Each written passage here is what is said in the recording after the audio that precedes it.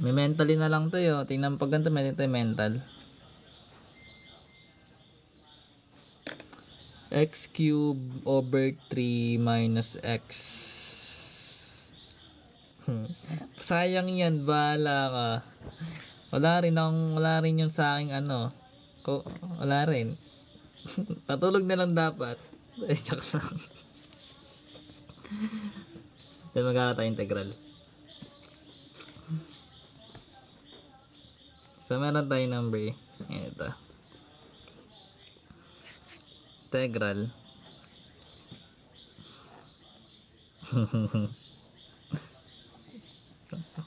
dx from negative 1. So definite guys. So ibig sabihin meron siyang limits. Yung sa by parts po. Wait lang. Isa-isahin natin guys yung nandito sa may ano. Sa Gemini. So meron tayong given na ito guys. So ganun pa rin gagawin.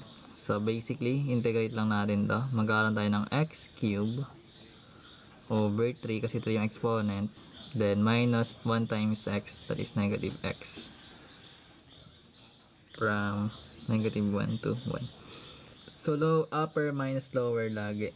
So ibig sabihin magkakaroon tayo dito ng 1 cube over 3 minus 1 minus negative 1 tas naka-cube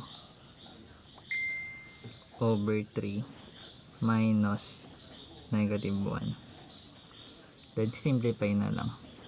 So ibig sabihin magkakaroon tayo ng 1 cube over 3, that is still 1 cube. Then minus 1. Then minus negative 1 cube, that is negative 1 over 3. Then negative times negative is positive. Then meron tayong 1. So, ito magiging, ano ba yung 1/3 minus 1? That is negative 2/3. Gets? Yun. Kasi pwede mo to gawin ganito. 1/3 minus 3 over 3. Kasi yung 3 over 3 is 1 din. Para similar fraction na sila. Pero nasa sayo pa rin yan guys kung paano may solve. So, ito yung 1. Gawin natin siyang 3 over 3. So, ito guys, 1 minus 3, that is negative 2 over 3. Minus, ito naman kabila, negative 1 plus 3, that is 2 over 3. So, ano ba yung negative 2/3 minus 2/3? That is negative 2 minus 2, negative 4 over 3. Ito magiging sagot natin. Sana tama!